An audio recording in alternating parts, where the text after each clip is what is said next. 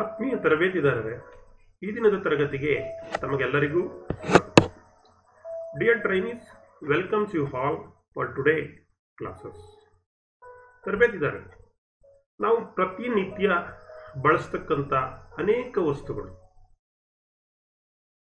Bicycle ಇರ್ಬೋದು, scooters ಇರ್ಬೋದು, ಮನೆಯಲ್ಲೇ ಬಳಸ್ತಕ್ಕಂಥ ಫರ್ನಿಚರ್ಸ್ ಇರ್ಬೋದು, ಅಥವಾ ನಾವು ತಿಂತಕ್ಕಂಥ ಆಹಾರ ಪದಾರ್ಥಗಳಿರ್ಬೋದು, ಫರ್ನಿಚರ್ಸ್ ಇರ್ಬೋದು, ಯುಟೆನ್ಸಿಲ್ಸ್ ಇರ್ಬೋದು, ಇವುಗಳೆಲ್ಲ ಎಲ್ಲಿ ಮ್ಯಾನುಫ್ಯಾಕ್ಚರ್ ಮಾಡ್ತಾರೆ? These are all in industries, ಕೈಗಾರಿಕೆಗಳಲ್ಲಿ ಮ್ಯಾನುಫ್ಯಾಕ್ಚರಿಂಗ್ ಮಾಡ್ತಕ್ಕಂಥದ್ದನ್ನು ನಾವು ಕಾಣ್ತೀವಿ. ಸೊ ಈ ಕೈಗಾರಿಕೆಗಳಲ್ಲಿ ಹೆಚ್ಚು ಉತ್ಪಾದನೆಯನ್ನು ಮಾಡ್ತಾರೆ ಒಂದೇ ತೆರನಾದಂಥ ವಸ್ತುಗಳು, ಅಂದರೆ ಲಾರ್ಜ್ ಕ್ವಾಂಟಿಟಿನಲ್ಲಿ ವಸ್ತುಗಳನ್ನು ಉತ್ಪಾದನೆಯನ್ನು ಮಾಡ್ತಾರೆ. ಅದನ್ನು ನಾವು ಏನಂತ ಕರಿತೀವಿ?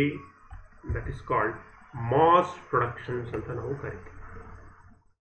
ಮಾಸ್ ಪ್ರೊಡಕ್ಷನ್ಸ್ ಅಂತ ನಾವು ಕರಿತೀವಿ. ಈ ಮಾಸ್ ಪ್ರೊಡಕ್ಷನ್ಸ್ ಬಗ್ಗೆ ಈ ಒಂದು ತರಗತಿಯಲ್ಲಿ ನಾವು ತಿಳ್ಕೊಳ್ತಾ ಹೋಗೋಣ. ಅಂದರೆ manufacturing of the large quantities of the product using A efficient method ಅಂತ ನಾವು ಕರಿತೀವಿ. ಇಲ್ಲಿ ನೋಡಿ, ಒಂದೇ ತೆರನಾದ ಬ್ಯಾಟಲ್, ಒಂದೇ ತೆರನಾದ ವಸ್ತುಗಳು, ಅನೇಕ ಜನ ಒಂದೇ ತೆರನಾದ ವಸ್ತುಗಳನ್ನು ಉತ್ಪಾದನೆಯನ್ನ ಮಾಡ್ತಕ್ಕಂಥದ್ದು, ಇದನ್ನು ಮಾಸ್ ಪ್ರೊಡಕ್ಷನ್ ಅಂತ ಕರಿತೀವಿ.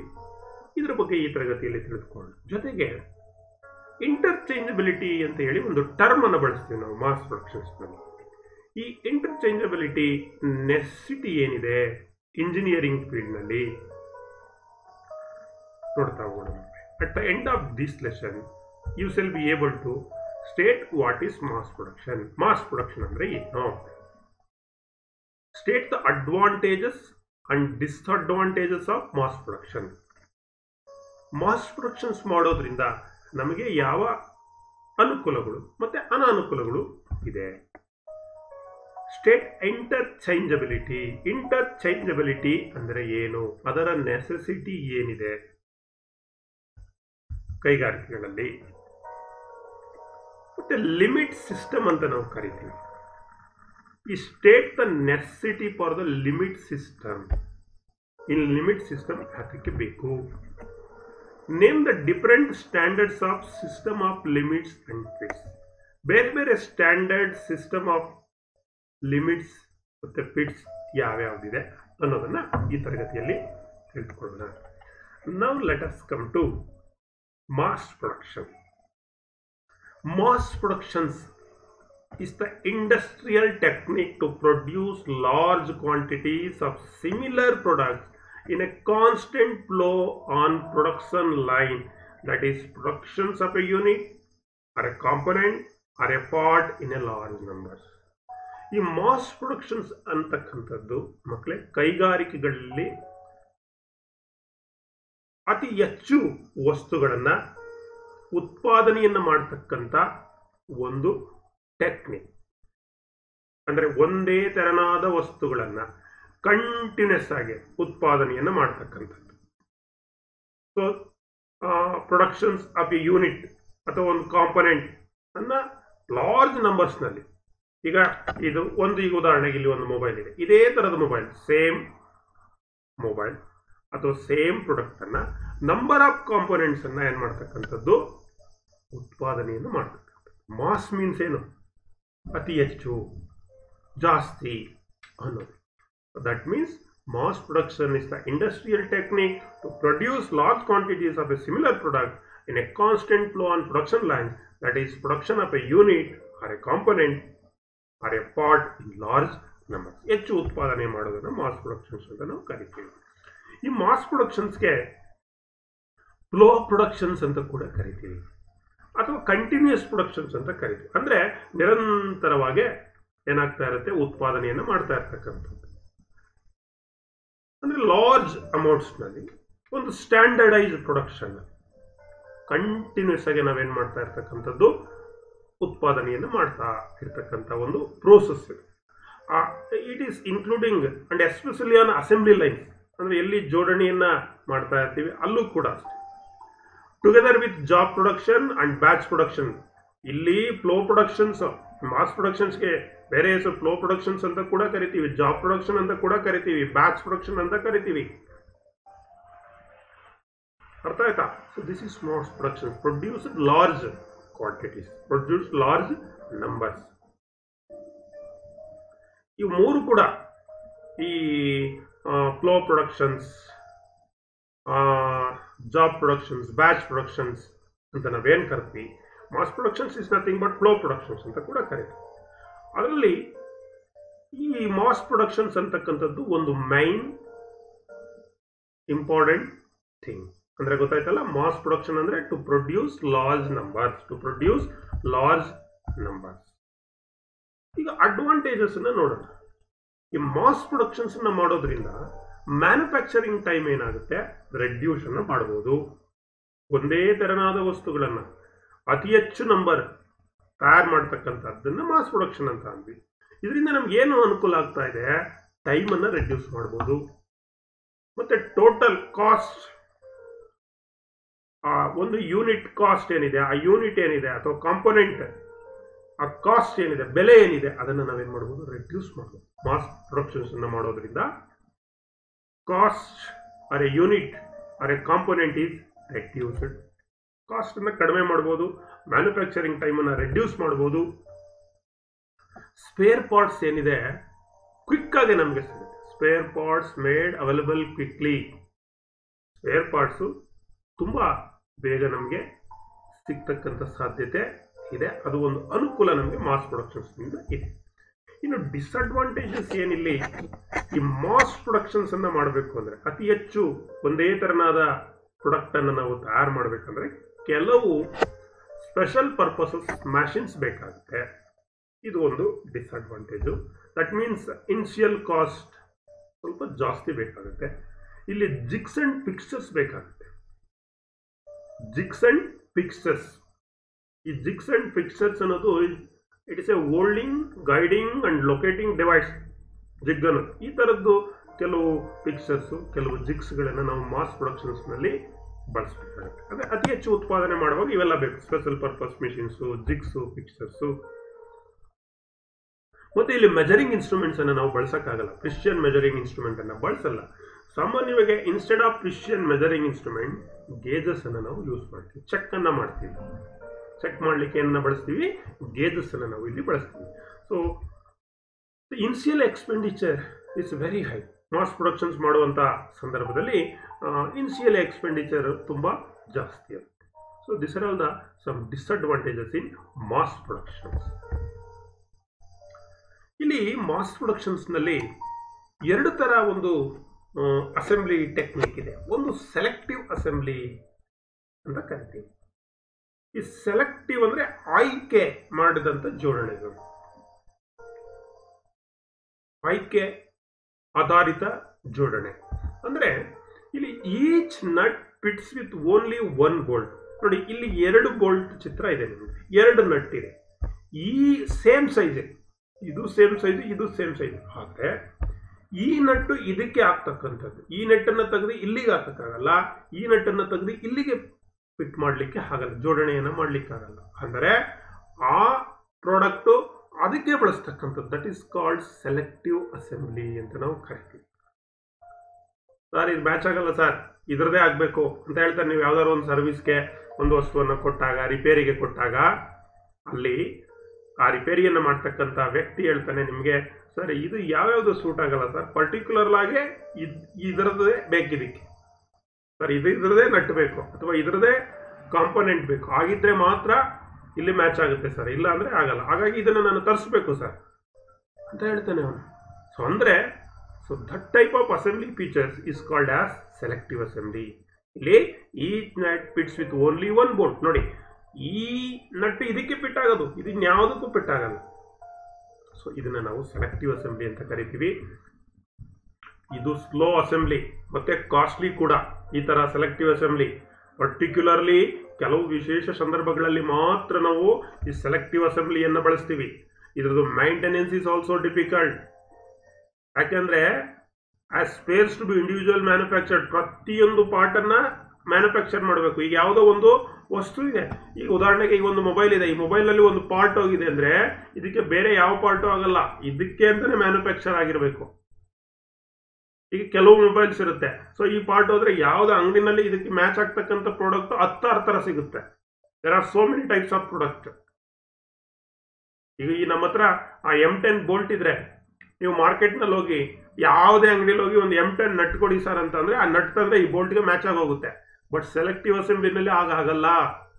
ಹಾಗಾಗಿ ಈ ಸೆಲೆಕ್ಟಿವ್ ಅಸೆಂಬ್ಲಿನೆಲ್ಲಾದ್ರೂ ಮೈಂಟೆನೆನ್ಸ್ ಬಂದಾಗ ನಮಗೆ ಡಿಫಿಕಲ್ಟ್ ಆಗುತ್ತೆ. ಯಾಕಂದ್ರೆ ಸ್ಪೇರ್ಸೇ ಸಿಗಲ್ಲ.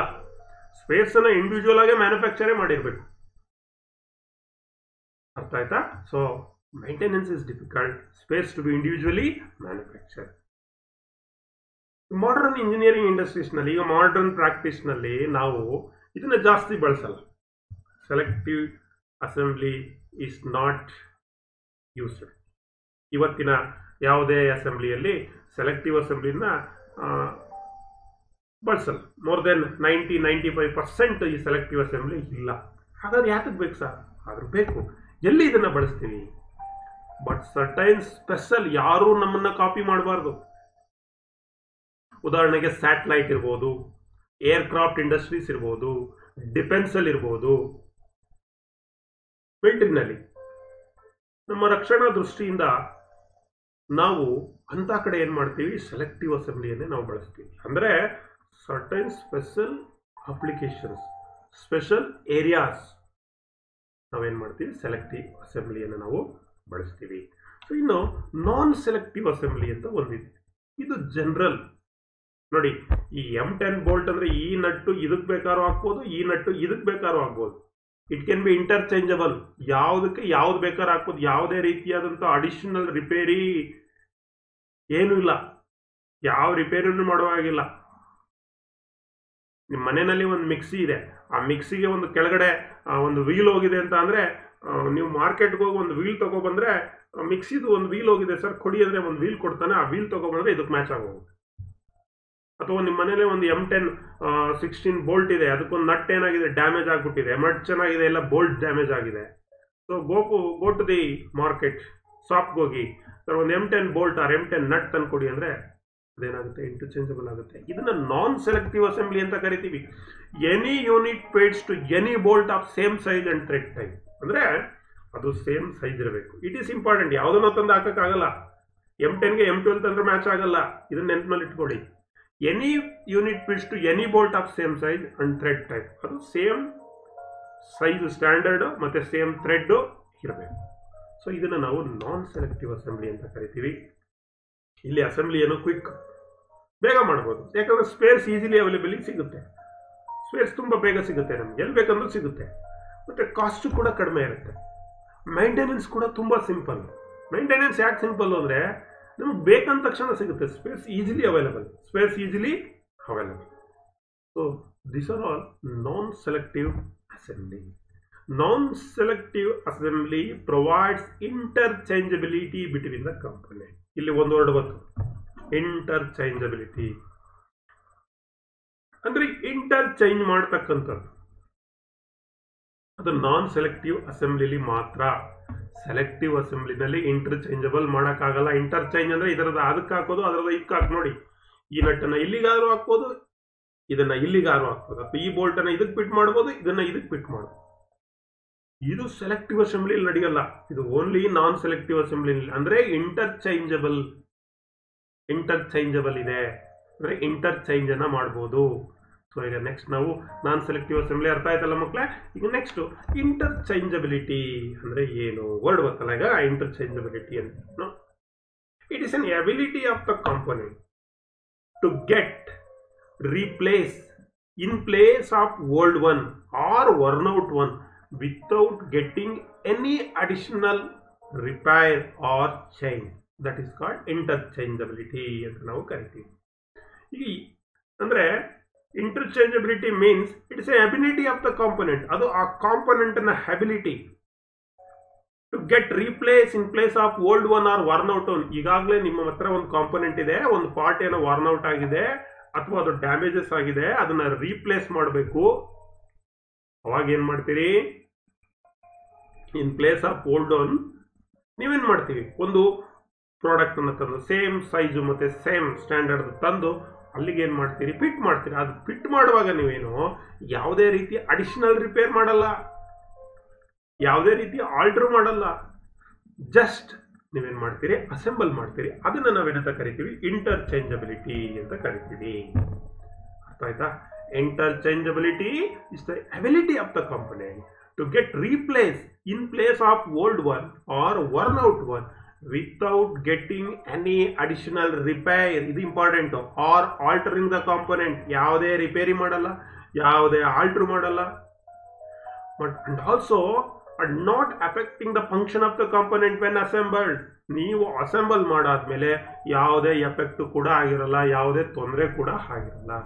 This is called interchangeability. ಇದು ತುಂಬಾ ನೆನಪಿನಲ್ಲಿ ಇಟ್ಕೋಬೇಕು ನೀವು. ಇಂಟರ್ಚೇಂಜಬಿಲಿಟಿ ಅಂತಕ್ಕಂಥದ್ದು ಮಾಸ್ ಪ್ರೊಡಕ್ಷನ್ ಅಲ್ಲಿ ವೆರಿ ವೆರಿ ಇಂಪಾರ್ಟೆಂಟ್. ಅರ್ಥ ಆಯ್ತಾ? So that go to the next. If interchangeability is not achieved, ಎಲ್ಲಿ ಇಂಟರ್ಚೇಂಜಬಿಲಿಟಿ ಆಗಲ್ವೋ the purpose of mass production is not fulfilled. ನೋಡಿ, ಮಾಸ್ ಪ್ರೊಡಕ್ಷನ್ಸ್ ಅಲ್ಲಿ ಸಕ್ಸಸ್ ಆಗಿಲ್ಲ ಅಂತ ಅರ್ಥ. ಸೊ ಮಾಸ್ ಪ್ರೊಡಕ್ಷನ್ಸ್ ನಲ್ಲಿ ಪ್ರೊಡ್ಯೂಸ್ ಆದಂತಹ ವಸ್ತುಗಳು ಇಂಟರ್ಚೇಂಜಬಲ್ ಆಗಬೇಕು, ಸರ್ಟೈನ್ ಲಿಮಿಟ್ ಸ್ಟ್ಯಾಂಡರ್ಡ್ಸ್ ನಲ್ಲಿ ಇರಬೇಕು. ಒಂದು ವೇಳೆ ಇಂಟರ್ಚೇಂಜಬಲ್ ಆಗ್ತಾ ಇಲ್ಲ, ಯಾವುದೋ ಒಂದು ನಟ್ ತಂದಿದ್ದೀರಿ, ಒಂದು ಬೋಲ್ಟ್ ತಂದಿದ್ದೀರಿ, ಒಂದು ಬೇರಿಂಗ್ ತಂದಿದ್ದೀರಿ, ಒಂದು ಕಾಂಪೊನೆಂಟ್ ಅನ್ನು ತಂದಿದ್ದೀರಿ, ಅದಿಲ್ಲ ಆಗ್ತಾ ಇಲ್ಲ, ಮ್ಯಾಚ್ ಆಗ್ತಾ ಇಲ್ಲ, ಒಂದು ಸ್ವಲ್ಪ ರಿಪೇರಿ ಮಾಡಬೇಕಾಗುತ್ತೆ, ಆಲ್ಟರ್ ಮಾಡಬೇಕಾಗುತ್ತೆ ಅಂದ್ರೆ ಅದು ಇಂಟರ್ಚೇಂಜಬಿಲಿಟಿ ಅಲ್ಲ. ಅದು ಇಂಟರ್ಚೇಂಜಬಿಲಿಟಿ ಇಸ್ ನಾಟ್ ಅಚೈವ್ಡ್ ಅಂತಾನೆ ಅರ್ಥ. ಸೊ ಆಗ ಏನಂತ ನಾವು ತಿಳ್ಕೋಬೇಕು, ದ ಪರ್ಪಸ್ ಮಾಸ್ ಪ್ರೊಡಕ್ಷನ್ಸ್ ನ ಉದ್ದೇಶ ಏನಿತ್ತು, ಮಾಸ್ ಪ್ರೊಡಕ್ಷನ್ಸ್ ನ ಉದ್ದೇಶನೇ ಇಂಟರ್ಚೇಂಜಬಲ್ ಮಾಡಬೇಕು. ಒಂದು ವಸ್ತುವಿಗೆ ಒಂದು ವಸ್ತು ಯಾವುದೇ ರೀತಿಯಾದಂಥ ರಿಪೇರಿ ಇಲ್ಲದೆ ಆಲ್ಟರ್ ಇಲ್ದಂತಾನೆ ಚೇಂಜ್ ಮಾಡಬೇಕು ಅನ್ನೋ ಉದ್ದೇಶನೇ ಮಾಸ್ ಪ್ರೊಡಕ್ಷನ್. ಸೊ ಹಾಗಾಗಿ it is not fulfilled. Individual components manufactured by, ನೋಡಿ ಇಲ್ಲಿ ಮಾಸ್ ಪ್ರೊಡಕ್ಷನ್ಸ್ ನಲ್ಲಿ ಏನಾಗುತ್ತೆ, ಡಿಫರೆಂಟ್ ಪರ್ಸನ್ಸ್ ವರ್ಕ್ ಮಾಡ್ತಾರೆ, ಡಿಫರೆಂಟ್ ಶಿಫ್ಟ್ ನಲ್ಲಿ ವರ್ಕ್ ಮಾಡ್ತಾರೆ, ಬೇರೆ ಬೇರೆ ಶಿಫ್ಟ್ ನಲ್ಲಿ ಡಿಫರೆಂಟ್ ಎನ್ವೈರನ್ಮೆಂಟ್ಸ್ ಇರುತ್ತೆ. ನೋಡಿ, ಒಂದು ಕಂಪನಿ ಇಲ್ಲೂ ಇರ್ಬೋದು, ನಿಮ್ಮ ಮೈಸೂರು ಅಥವಾ ಬೆಂಗಳೂರಿನಲ್ಲಿ ಇರ್ಬೋದು, ಇನ್ನೊಂದು ಕಂಪನಿ ಎಲ್ಲೋ ಒಂದು ದುರ್ಗಮವಾದ ಪ್ರದೇಶದಲ್ಲಿ ಇರ್ಬೋದು, ಅಥವಾ ಡಿಫರೆಂಟ್ ಟೆಂಪರೇಚರ್ ವೇರಿಯೇಷನ್ಸ್ ಇರತಕ್ಕಂಥ ಜಾಗದಲ್ಲಿ ಇರ್ಬೋದು, ಬೇರೆ ಕಂಟ್ರಿನಲ್ಲಿ ಇರ್ಬೋದು. ಮತ್ತೆ ಒಂದು ಫ್ಯಾಕ್ಟರಿ ಅಂದಮೇಲೆ ಈ ಶಿಫ್ಟ್ ನಲ್ಲಿ ಒಬ್ಬ ಕೆಲಸ ಮಾಡ್ತಾನೆ, ಅದೇ ಕೆಲಸವನ್ನ ಇನ್ನೊಂದು ಶಿಫ್ಟ್ ನಲ್ಲಿ, first shift, second shift, third shift, ಬೇರೆ ಬೇರೆ ಬೇರೆ ಬೇರೆ ವ್ಯಕ್ತಿಗಳು ವರ್ಕ್ ಮಾಡ್ತಾರೆ. ಬೇರೆ ಬೇರೆ ವ್ಯಕ್ತಿ, ಬೇರೆ ಬೇರೆ ಶಿಫ್ಟ್, ಡಿಫರೆಂಟ್ ಎನ್ವೈರನ್ಮೆಂಟ್. ಬಟ್ ಆ ಒಂದು ಪ್ರಾಡಕ್ಟ್, ಆ ವ್ಯಕ್ತಿ ತಯಾರು ಮಾಡಿರ್ತಕ್ಕಂಥ ಪ್ರಾಡಕ್ಟ್, ಸೊ ಆ ಕಂಪನಿಯಲ್ಲಿ ತಯಾರಾಗಿರ್ತಕ್ಕಂಥ ಪ್ರಾಡಕ್ಟ್, ವ್ಯಕ್ತಿಗಳು ಬೇರೆ, ಶಿಫ್ಟ್ ಬೇರೆ, ಎನ್ವೈರನ್ಮೆಂಟ್ ಬೇರೆ. ಬಟ್ ಅಲ್ಲಿ ಮ್ಯಾನುಫ್ಯಾಕ್ಚರ್ಡ್ ಆಗಿರ್ತಕ್ಕಂಥ product can be assembled and replaced without further rectifications during assembly stage and without affecting the functioning of the component when assembled. ನೋಡಿ, ಅನೇಕ ವ್ಯಕ್ತಿಗಳು ಮಾಡಿರಲಿ, ಅನೇಕ ಶಿಫ್ಟ್ ಅಲ್ಲಿ ಆಗಿರಲಿ, ಅನೇಕ ಎನ್ವೈರನ್ಮೆಂಟ್ ಆಗಿರಲಿ, ಮತ್ತೆ ಬೇರೆ ಬೇರೆ ಫ್ಯಾಕ್ಟರಿಗಳಲ್ಲೇ ತಯಾರಾಗಿರಲಿ ವಸ್ತು. ಸೊ ಇದನ್ನ ಅಸೆಂಬಲ್ ಮಾಡುವಂತಹ ಸಂದರ್ಭದಲ್ಲಿ ನಾವು ಆ ವಸ್ತುಗಳನ್ನ, ಒಂದು ಬೇರಿಂಗ್ ಇರ್ಬೋದು, ಬೋಲ್ಟ್ ಇರ್ಬೋದು, ನಟ್ ಇರ್ಬೋದು, ಅಥವಾ ಬೇರೆ ಯಾವುದೇ ಒಂದು ಕಾಂಪೋನೆಂಟ್ ಇರ್ಬೋದು, ಅದನ್ನ ನಾವು ಅಸೆಂಬಲ್ ಮಾಡುವಂತ ಸಂದರ್ಭದಲ್ಲಿ ಸೊ ಯಾವುದೇ ರೆಕ್ಟಿಫಿಕೇಶನ್ಸ್ ಮಾಡಲ್ಲ, ಯಾವುದೇ ರಿಪೇರಿಯನ್ನ ಮಾಡಲ್ಲ, ಮತ್ತೆ ಅದನ್ನ ಫಿಕ್ಸ್ ಮಾಡಾದ್ಮೇಲೆ ಫಂಕ್ಷನಿಂಗ್, ಅದರ ಕಾರ್ಯಕ್ಷಮತೆಯ ಮೇಲೆ ಯಾವುದೇ ಪರಿಣಾಮವನ್ನು ಕೂಡ ಬೀರಲ್ಲ. So that is the beauty of interchangeability. That is the beauty of interchangeability. So ಹಾಗಾಗಿ ಈ ರೀತಿ ಆಗ್ಬೇಕಾದ್ರೆ ಎಲ್ಲ sir different persons, different shift, ಹೌದಲ್ವಾ, ಡಿಫ್ರೆಂಟ್ ಎನ್ವೈರನ್ಮೆಂಟ್, ಡಿಫರೆಂಟ್ ಕಂಪನೀಸ್ ಮಾಡಬೇಕಾದ್ರೆ ಹೇಗೆ ಸಾಧ್ಯ ಸರ್? ಸೊ ಅದಕ್ಕೋಸ್ಕರನೇ ಇರ್ತಕ್ಕಂಥದ್ದು ಲಿಮಿಟ್ ಸಿಸ್ಟಮ್ ಅಂತ. ಅದಕ್ಕೋಸ್ಕರನೇ ಇರ್ತಕ್ಕಂಥದ್ದು ಏನು ಸಿಸ್ಟಮು? Limit system. ಆ ಲಿಮಿಟ್ ಸಿಸ್ಟಮ್ ಅನ್ನ ನೆಸೆಸಿಟಿ ಏನು?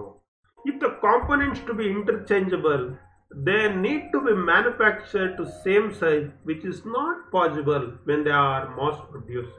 ನೋಡಿ, ಒಂದು ಕಾಂಪೋನೆಂಟ್ ಇಂಟರ್ಚೇಂಜಬಲ್ ಆಗಬೇಕು ಅಂದ್ರೆ ಯಾವುದೇ ಶಿಫ್ಟ್ ಅಲ್ಲಿ ಯಾವುದೇ ಪರ್ಸನ್ಸ್ ಯಾವುದೇ ಕಂಪ್ನಿಯಲ್ಲಿ ಯಾವುದೇ ಎನ್ವೈರನ್ಮೆಂಟ್ ಅಲ್ಲಿ ಮಾಡಿದ್ರು ಅದು ಇಂಟರ್ಚೇಂಜಬಲ್ ಆಗ್ತದೆ.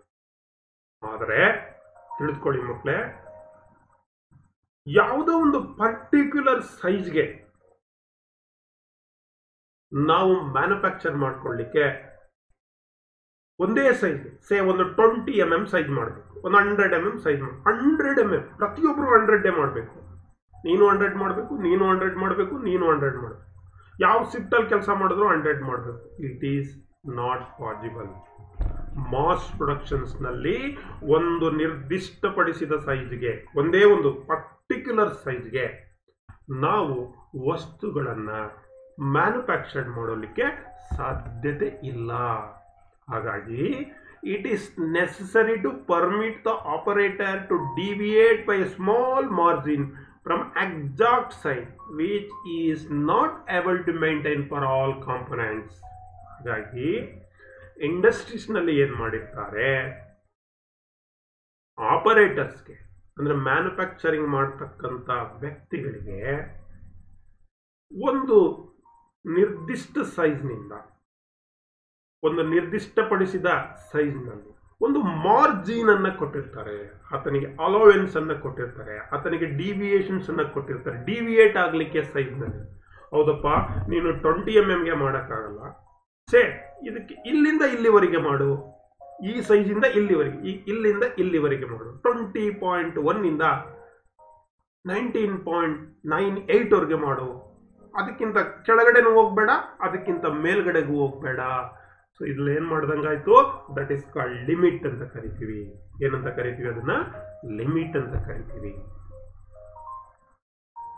ಸೊ ಹೀಗಾಗಿ ಒಂದೇ ಸೈಜನ್ನ, ಒಂದೇ ಪರ್ಟಿಕ್ಯುಲರ್ ಸೈಜ್ ಅನ್ನ ಮ್ಯಾನುಫ್ಯಾಕ್ಚರ್ ಮಾಡೋದು ನಾಟ್ ಪಾಸಿಬಲ್. ಹಾಗಾಗಿ ಆಪರೇಟರ್ಗೆ ಏನು ಮಾಡಬೇಕು? ನಾವು ಡಿವಿಯೇಟ್ ಕೊಡಬೇಕು, ಒಂದು ಸ್ವಲ್ಪ ಮಾರ್ಜಿನ್ ಅನ್ನ ಕೊಡಬೇಕು. ಸೊ ಆ ಮಾರ್ಜಿನ್ ಅನ್ನ ನಾವು ಏನು ಕೊಡ್ತೀವಿ? ಎಕ್ಸಾಕ್ಟ್ ಸೈಜ್ ಇಂದ ಒಂದು ಮಾರ್ಜಿನ್ ಅನ್ನ ಏನು ಕೊಡ್ತೀವಿ ಅದನ್ನ ನಾವೇನಂತ ಕರಿತೀವಿ? ಲಿಮಿಟ್ ಸಿಸ್ಟಮ್ ಅಂತ ಕರಿತೀವಿ. At the same time the deviated size should not affect the quality of the assembly. It is also important. ನಾವೇನು ಡಿವಿಯೇಟ್ ಮಾಡಿದ್ದೀವಿ, ಮಾರ್ಜಿನ್ ಅನ್ನ ಕೊಟ್ಟಿದ್ದೀವಿ, ನಾವು ಹೇಳಲ್ವಾ ಲಿಮಿಟ್ ಇರ್ಬೇಕಣಪ್ಪ ಅಂತ ಕರಿತೀವಿ. ಏನ್ ಲಿಮಿಟ್ ಅಂದ್ರೆ ಮೀರಬಾರ್ದು ಅಂತ. ನಮ್ಮ ಏನು ಒಂದು ಸ್ಟ್ಯಾಂಡರ್ಡ್ ಇದೆ, ಆ ಸ್ಟ್ಯಾಂಡರ್ಡ್ ಅನ್ನ ನೀವು ಮೀರಬಾರ್ದು, ಲಿಮಿಟ್ ಇರಬೇಕು. ಸೊ ಲಿಮಿಟ್ ಇರಬೇಕು ಅಂತ ಹೇಳ್ತಾ ಇರ್ತೀವಿ. ವರ್ಡನ್ನ ಸಾಮಾನ್ಯವಾಗಿ ಕನ್ನಡ ವರ್ಡ್ ತರನೇ ನಾವು ಬಳಸ್ತಾ ಇರ್ತೀವಿ. ಸೊ ಹಾಗಾಗಿ ಆ ಲಿಮಿಟ್ ಒಳಗಡೆ ನಾವು ಮಾಡಿದಾಗ ನಾವೇನು ಡಿವಿಯೇಷನ್ಸ್ ಅನ್ನ ಕೊಟ್ಟಿದ್ದೀವಿ, ಸೈಜ್ ನಲ್ಲಿ ಆ ಕಡೆ ಹೋಗು ಅಥವಾ ಈ ಕಡೆ ಹೋಗು ಅಂತ ಕೊಟ್ಟಿದ್ದೀವಿ. ಸೊ ಆ ಈಗ ಒಂದು ಶರ್ಟ್ ಅನ್ನ ಹೊಲಿಸ್ಕೊಂಡಿರ್ತೀವಿ. ಈ ಶರ್ಟ್ ಅನ್ನ ಹೊಲಿಸ್ಕೊಂಡಿದ್ದಾಗ ಇಲ್ಲಿಂದ ಇಲ್ಲಿಗೆ ನಿಮಗೆ ಒಂದು 100 mm ಒಂದು ಅಳತೆ ಕೊಟ್ಟಿದ್ರೆ ಅದು 1 mm 2 mm ವೇರಿಯೇಷನ್ ಆದ್ರೆ ನಡೀತದೆ. ಒಂದು 200 mm ಮಾಡಿದ್ರೆ ಇಷ್ಟ ಆಗಲಾಗುತ್ತೆ, ಹೌದಲ್ವಾ? ಸೊ ಹಾಗಾಗಿ ಅಟ್ ದ ಸೇಮ್ ಟೈಮ್ ಏನ್ ಡಿವಿಯೇಟೆಡ್ ಸೈಜ್ ಆಗಿದೆ, ಅವನೊಂದು ಸ್ವಲ್ಪ ಜಾಸ್ತಿ ಹೆಚ್ಚು ಕಡಿಮೆ ಮಾಡಿದ್ದಾನೆ, ಅದರಿಂದ ಈ ಅಸೆಂಬ್ಲಿಗೆ, ಈ ಪ್ರಾಡಕ್ಟ್ ಅನ್ನ ಒಂದು ಗುಣಮಟ್ಟಕ್ಕೆ ಯಾವುದೇ ರೀತಿಯಾದಂಥ ತೊಂದರೆ ಆಗಬಾರ್ದು. It is important at the same time. So that's why this type of dimensioning, ಹೀಗಾಗಿ ಇಂಥ ಡೈಮೆನ್ಷನ್ಸಿಂಗ್ ಏನನ್ನ ಕೊಡ್ತೀವಿ ನಾವು ಪ್ರಾಡಕ್ಟ್ ಅನ್ನ ಮ್ಯಾನುಫ್ಯಾಕ್ಚರ್ ಮಾಡುವಾಗ, ಅದನ್ನ ಲಿಮಿಟ್ ಡೈಮೆನ್ಷನಿಂಗ್ ಅಂತ ಕರಿತೀವಿ. ಲಿಮಿಟ್ ಡೈಮೆನ್ಷನಿಂಗ್ ಇದರ ಒಳಗಡೆ ಮಾಡಬೇಕು. ನಿನಗಿರತಕ್ಕಂಥದ್ದು ಲಿಮಿಟ್ ಇಷ್ಟು, ಇಲ್ಲಿಂದ ಇಲ್ಲಿವರೆಗೆ ಮಾಡಬೇಕು. ಓಕೆ, ಸೊ ಇದಕ್ಕಿಂತ ಕಡಿಮೆ ಮಾಡಿದ್ರು ಅದು ಸ್ಕ್ರ್ಯಾಪು, ಅದಕ್ಕಿಂತ ಜಾಸ್ತಿ ಸೈಜ್ ಮಾಡಿದ್ರು ಅದು scrap. So that is the limit system. ಒಂದೇ ರೀತಿಯಾದಂಥ ಸೈಜಿನ ಪ್ರಾಡಕ್ಟ್ ಅನ್ನ ಬೇರೆ ಬೇರೆ ಶಿಫ್ಟ್ನಲ್ಲಿ, ಬೇರೆ ಬೇರೆ ವ್ಯಕ್ತಿಗಳು, ಬೇರೆ ಬೇರೆ ಎನ್ವೈರನ್ಮೆಂಟ್ನಲ್ಲಿ, ಬೇರೆ ಬೇರೆ ಫ್ಯಾಕ್ಟ್ರಿನಲ್ಲಿ ಮಾಡೋದ್ರಿಂದ ಸೇಮ್ ಸೈಜ್ಗೆ ಆ ಪ್ರಾಡಕ್ಟ್ ಅನ್ನು ಪ್ರೊಡ್ಯೂಸ್ ಮಾಡಲಿಕ್ಕೆ ಸಾಧ್ಯತೆ ಇಲ್ಲ. ಹಾಗಾಗಿ ನಾವು ಆಪರೇಟರ್ಗೆ ಏನು ಮಾಡ್ತೀವಿ, ಪರ್ಮಿಟ್ ಅನ್ನು ಮಾಡ್ತೀವಿ. ಸೊ ಸೈಜನ್ನು ಡಿವಿಯೇಟ್ ಮಾಡಿ, ಅಂದರೆ ಒಂದು ಸ್ವಲ್ಪ ಮಾರ್ಜಿನ್ ಅನ್ನು ಕೊಡ್ತೀವಿ ಎಕ್ಸಾಕ್ಟ್ ಸೈಜಿಂದ. ಯಾಕೆಂದ್ರೆ ಇದು ಎಲ್ಲ ಕಾಂಪೊನೆಂಟ್ಸ್ಗೆ ಒಂದೇ ಸೈಜನ್ನು ಮಾಡಲಿಕ್ಕೆ ಸಾಧ್ಯ ಇಲ್ಲ ಅಂತ ಹೇಳಿ. ಸೊ ಅದೇ ಸಂದರ್ಭದಲ್ಲಿ ಏನು ಮಾಡ್ತೀವಿ, ಏನು ಡಿವಿಯೇಟ್ ಅನ್ನು ಮಾಡಿರ್ತೀವಿ ಸೈಜನ್ನು, ಇದು ನಮ್ಮ ಅಸೆಂಬ್ಲಿ ಮೇಲೆ ಯಾವುದೇ ರೀತಿಯಾದಂಥ ದುಷ್ಪರಿಣಾಮಗಳನ್ನು ಬೀರಬಾರದು. ಸೊ ಇಂಥ ಒಂದು ಡೈಮೆನ್ಷನಿಂಗ್ ಏನು ಫಿಕ್ಸ್ ಮಾಡ್ಕೊಂಡಿದ್ದೀವಿ ನಾವು, ಅದಕ್ಕೆ ಏನಂತ ಕರಿತೀವಿ, ಲಿಮಿಟ್ ಡೈಮೆನ್ಷನಿಂಗ್ ಅಂತ ಕರಿತೀವಿ. So this system of limit is followed as a standard for a limit dimensioning of the component. ಹಾಗಾಗಿ ಇದನ್ನ ಏನಂತ ಕರಿತೀವಿ, a system of limit ಅಥವಾ ಲಿಮಿಟ್ ಸಿಸ್ಟಮ್ ಅಂತ ಕರಿತೀವಿ. ಇದನ್ನ ಒಂದು ಸ್ಟ್ಯಾಂಡರ್ಡ್ ರೀತಿ ನಾವೇನ್ ಮಾಡ್ತೀವಿ, ಫಾಲೋ ಮಾಡ್ತೀವಿ ಯಾವುದೇ ಒಂದು ಪ್ರಾಡಕ್ಟ್ ಅನ್ನ ಉತ್ಪಾದನೆಯನ್ನ ಮಾಡುವಾಗ. So various standard system of limits followed by different countries. ಬೇರೆ ಬೇರೆ ದೇಶಗಳಲ್ಲಿ ಬೇರೆ ಬೇರೆ ಸಿಸ್ಟಮ್ ಆಫ್ ಲಿಮಿಟ್ಸ್ ಅನ್ನ ಫಾಲೋ ಅಪ್ ಮಾಡ್ತಾರೆ. ಅದು ಯಾವುದು ಅಂತ ತಿಳಿದುಕೊಳ್ಳೋಣ. So based on ISO, international, ISO ಅಂದ್ರೆ ನೆನಪಲ್ಲಿ ಇಟ್ಕೋಬೇಕು, ಇಂಟರ್ನ್ಯಾಷನಲ್ ಸ್ಟ್ಯಾಂಡರ್ಡ್ ಆರ್ಗನೈಸೇಷನ್ಸ್ ಅಂತ ಕರಿತೀವಿ. Based on ISO specifications, system of limit and fits followed in our country. International standard organisations ಅನುಸಾರ ನಮ್ಮ ದೇಶದಲ್ಲಿ ನಾವು ಫಾಲೋ ಮಾಡ್ತಾ ಇರ್ತಕ್ಕಂಥ ಒಂದು ಸ್ಟ್ಯಾಂಡರ್ಡ್ ಅಂದ್ರೆ ಮಾನಕ, ಈ ಲಿಮಿಟ್ ಮತ್ತೆ ಫಿಟ್ ಸಿಸ್ಟಮ್ನಲ್ಲಿ ಅದನ್ನ BIS ಅಂತ ಕರಿತೀವಿ. ಏನಂತ ಕರಿತೀವಿ, BIS. B for bureau, I for Indian, S for standard. ಇದನ್ನ ಕೇಳ್ತಾ ಇರ್ತಾರೆ. ಇಲ್ಲಿ ಎರಡು ಅಂಶ, ಒಂದು ISO, ಒಂದು BIS. BIS ಅಂದ್ರೆ ಏನು, ಬ್ಯೂರೋ ಆಫ್ ಇಂಡಿಯನ್ ಸ್ಟ್ಯಾಂಡರ್ಡ್ಸ್ ಅಂತ ನಾವು ಕರಿತೀವಿ. ಇನ್ನು ಬೇರೆ ಬೇರೆ ದೇಶಗಳಲ್ಲಿ other system of limits and fits are also available. So international standard organisation ISO, British standard organisation BSS ಅಂತ ಕರಿತೀವಿ, ಜರ್ಮನ್ ಸ್ಟ್ಯಾಂಡರ್ಡ್ಗೆ DIN ಅಂತ ಕರಿತೀವಿ, DIN ಅಂತ ಕರಿತೀವಿ, ಜಾಪನೀಸ್ ಸ್ಟ್ಯಾಂಡರ್ಡ್ಗೆ JIS ಅಂತ ಕರಿತೀವಿ, JIS JIS ಅಂತ ಕರಿತೀವಿ. So this are all the different standards of limit and fits, limits ಅನ್ನ ಫಾಲೋ ಮಾಡ್ತಕ್ಕಂಥ ಬೇರೆ ಬೇರೆ ದೇಶಗಳಲ್ಲಿ. ಅರ್ಥ ಆಯ್ತಲ್ಲ ಮಕ್ಕಳೇ? So today we discuss mass production ಅಂದ್ರೆ ಏನು, ಮಾಸ್ ಪ್ರೊಡಕ್ಷನ್ ಇಂದ ಏನು ಅಡ್ವಾಂಟೇಜಸ್, ಡಿಸ್ಅಡ್ವಾಂಟೇಜಸ್ ಏನಿದೆ, ಇಂಟರ್ಚೇಂಜಬಿಲಿಟಿ ಅಂದ್ರೆ ಏನು, ಇಂಟರ್ಚೇಂಜಬಿಲಿಟಿ ಯಾತಕ್ಕೆ ಬೇಕು, ಸೊ ಅಲ್ಲಿ ಲಿಮಿಟ್ ಸಿಸ್ಟಮ್ ಅಂದ್ರೆ ಏನು, ಈ ಲಿಮಿಟ್ ಯಾತಕ್ಕೆ ಬೇಕು, ನಮ್ಮ ದೇಶದಲ್ಲಿ ಯಾವ ಮಾನಕವನ್ನು ನಾವು ಬಳಸ್ತಾ ಇದ್ದೀವಿ, ಲಿಮಿಟ್ ಸಿಸ್ಟಮ್ ಅನ್ನು ಬಳಸ್ತಾ ಇದ್ದೀವಿ, ಬ್ಯೂರೋ ಆಫ್ ಇಂಡಿಯನ್ ಸ್ಟ್ಯಾಂಡರ್ಡ್. ಮತ್ತೆ ಬೇರೆ ಬೇರೆ ದೇಶಗಳಲ್ಲಿ ಯಾವ ಲಿಮಿಟ್ ಸಿಸ್ಟಮ್ ನ, ಲಿಮಿಟ್ ಒಂದು ಸಿಸ್ಟಮ್ ಅನ್ನ, ಸ್ಟ್ಯಾಂಡರ್ಡ್ ಅನ್ನ ಬಳಸ್ತಾರೆ ಅನ್ನೋದನ್ನ ಈ ತರಗತಿಯಲ್ಲಿ ತಿಳ್ಕೊಂಡಿದ್ದೀವಿ ಮಕ್ಕಳೇ. So let us come to the revision point of view, applications point of view. ನಿಮಗೆ ಎಕ್ಸಾಮ್ನಲ್ಲಿ, ಇಂಟರ್ವ್ಯೂನಲ್ಲಿ ಅಥವಾ ನಿಮ್ಮದೇ ಆದಂಥ ವರ್ಕ್ ಮಾಡುವಂಥ ಸಂದರ್ಭದಲ್ಲಿ ನಿಮಗೆ ಕೆಲವು ಪ್ರಶ್ನೆಗಳು ಮೂಡ್ತಕ್ಕಂಥದ್ದು ಸಹಜ. ಪರೀಕ್ಷೆನಲ್ಲೂ ಕೂಡ ನಿಮಗೆ ಅನೇಕ ಪ್ರಶ್ನೆಗಳು ಇದರಲ್ಲಿ ಬರ್ಬೋದು. ಸೊ ಏನೇನೆಲ್ಲ ಪ್ರಶ್ನೆ ಬರುತ್ತೆ ನೋಡೋಣ. ಸೊ ನಾವು let us come, what is mass production? Just revisions. So producing a component in a large number, producing component in a large number, ಅತಿ ಹೆಚ್ಚು ವಸ್ತುಗಳನ್ನು ಉತ್ಪಾದನೆಯನ್ನು ಮಾಡತಕ್ಕಂಥ ಒಂದು ಪ್ರೋಸೆಸ್ ಅನ್ನು, ವಿಧಾನವನ್ನು ನಾವು ಮಾಸ್ ಪ್ರೊಡಕ್ಷನ್ಸ್ ಅಂತ ನಾವು ಕರಿತೀವಿ, ಹೌದಲ್ವಾ? Let us come. ಎರಡನೇದು, mention any 3 advantage of mass productions. Mass productions ನಿಂದ ಆಗತಕ್ಕಂಥ ಯಾವುದಾದರೂ 3 ಅನುಕೂಲಗಳನ್ನು ಹೇಳಿ. Yes, number 1, less time, less price of the component, spares parts can be easily available. ಅರ್ಥ ಆಯ್ತಾ? ಇದು 3 ಇಂಪಾರ್ಟೆಂಟ್. ಅದೇ ರೀತಿ ಮೆನ್ಷನ್ ಇನ್ 3 ಡಿಸ್ಅಡ್ವಾಂಟೇಜ್. ಸೊ ಹೇಳಿದ್ದೀನಿ ಏನು? ಎಸ್, ಇನಿಷಿಯಲ್ ಕಾಸ್ಟ್ ಜಾಸ್ತಿ, ಬೇರೆ ಬೇರೆ ಮೆಷಿನ್ಸ್, ಒಳ್ಳೆ ಸ್ಪೆಷಲ್ ಪರ್ಪಸ್ ಮೆಷಿನ್ಸ್ ಬೇಕಾಗುತ್ತೆ. So instead of measuring instrument ಏನನ್ನ ಬಳಸ್ತೀವಿ, ಇಲ್ಲಿ ಗೇಜಸ್ ಅನ್ನು ನಾವು ಬಳಸ್ತೀವಿ. So this are all the disadvantages of mass production. Why mass produced components will have a less cost? ನೋಡಿ, ಪ್ರಶ್ನೆಯಾಗಿದೆ. ಮಾಸ್ ಪ್ರೊಡಕ್ಷನ್ ನಲ್ಲಿ ಪ್ರೊಡ್ಯೂಸ್ ಆದಂತಹ ಕಾಂಪೋನೆಂಟ್ ಕಡಿಮೆ ಕಾಸ್ಟ್ ಇರುತ್ತೆ ಯಾಕೆ ಅಂತ ಕೇಳ್ತಾರೆ ಪ್ರಶ್ನೆ. ಏನಕ್ಕೆ? So because more component produced in less time.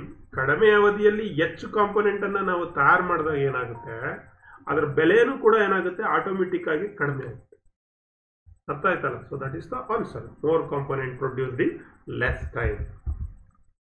Where selective assembly is justified. ನೋಡಿ, ಎರಡು ತರ ಅಸೆಂಬ್ಲಿ ಹೇಳಿದೆ ನಾನು. ಒಂದು ಸೆಲೆಕ್ಟಿವ್ ಅಸೆಂಬ್ಲಿ, ಇನ್ನೊಂದು ನಾನ್ ಸೆಲೆಕ್ಟಿವ್ ಅಸೆಂಬ್ಲಿ ಅಂತ ಹೇಳಿ.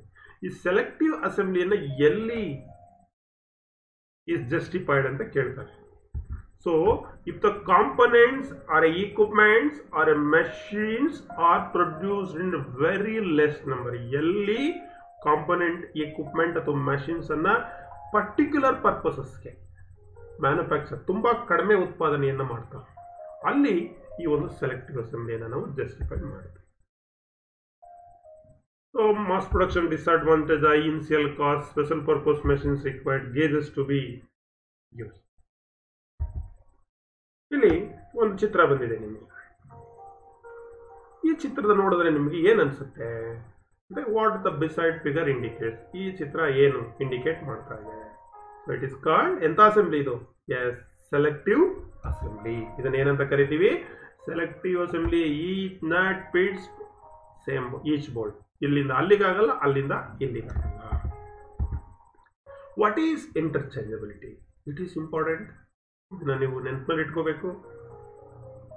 So interchangeability is the ability of the component to get replaced in place of old one or worn out one without getting any repair or rectification and without affecting the functioning of the component when assembled. That is interchangeability. What is the necessity of limit system? Limit system ಯಾಕಬೇಕು? Limit system is required to achieve interchangeability. ಇಂಟರ್ಚೇಂಜಬಿಲಿಟಿಯನ್ನ ಮಾಡಬೇಕಾದ್ರೆ ಕಾಂಪೋನೆಂಟ್ನ ಈ limit system ಬೇಕೇ ಬೇಕು. ISO ಅಂದ್ರೆ ಈಗ ತಾನೇ ಹೇಳಿ. ಎಸ್, ಏನು ISO ಅಂದ್ರೆ?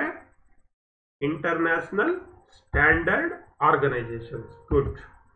Mention any 3 system of limits and fits. ಯಾವುದಾದ್ರೂ ಒಂದು 3 system of limits and fits follow ಮಾಡ್ತಾರಲ್ಲ ಬೇರೆ ಬೇರೆ ಕಂಟ್ರಿನಲ್ಲಿ, ಯಾವುದನ್ನ ಫಾಲೋ ಮಾಡ್ತಾರೆ? ISO, BSS British standard system, German standard system, Japanese this, ಅದು ಕೂಡ ಹೇಳ್ಬೋದು. ಸೊ ಈ ರೀತಿ ಪ್ರಶ್ನೆಗಳು ನಿಮಗೆ ಪರೀಕ್ಷೆಯಲ್ಲಿ ಬರುವುದು ಮಕ್ಕಳೇ. ಇಲ್ಲಿವರೆಗೆ mass productions, selective assembly, non selective assembly, interchangeability, necessity of limit system, what are all the standard limit system followed different countries ಅನ್ನೋದನ್ನ ನೋಡಿದ್ದೀವಿ. So thanks to one and all for hearing us till now. ಎಲ್ಲರಿಗೂ ಧನ್ಯವಾದಗಳು ಮಕ್ಕಳೇ. So ಈ ಒಂದು ತರಗತಿ, ಈ ಒಂದು ಪಾಠ ನಿಮಗೆ ನಿಮಿ ಫಸ್ಟ್ ಇಯರ್ ಫಿಟ್ಟರ್ ಟ್ರೇಡ್ ಥಿಯರಿನಲ್ಲಿ ಇದೆ. ಮತ್ತು ಇದಕ್ಕೆ ಸಂಬಂಧಪಟ್ಟ ಅಸೈನ್ಮೆಂಟ್ ಕ್ವಶನ್ಸ್ ಕೂಡ ಇದೆ. ನೋಟ್ಸನ್ನು ನಿಮಗೆ ಕೊಟ್ಟಿದ್ದೀನಿ, ಇನ್ಫಾರ್ಮೇಷನ್ ಶೀಟ್ಸನ್ನು ಕೊಟ್ಟಿದ್ದೀನಿ ಈಗಾಗಲೇ. ಅದನ್ನು ನೀವೇನು ಮಾಡಿ ಬರ್ಕೊಳ್ಬೇಕು. ಮತ್ತು ಅಸೈನ್ಮೆಂಟ್ ಬುಕ್ನಲ್ಲಿ ಎಲ್ಲ ಕ್ವಶನ್ ಆ್ಯಂಡ್ ಆನ್ಸರ್ಸನ್ನು ಬರೀರಿ. ಧನ್ಯವಾದಗಳು.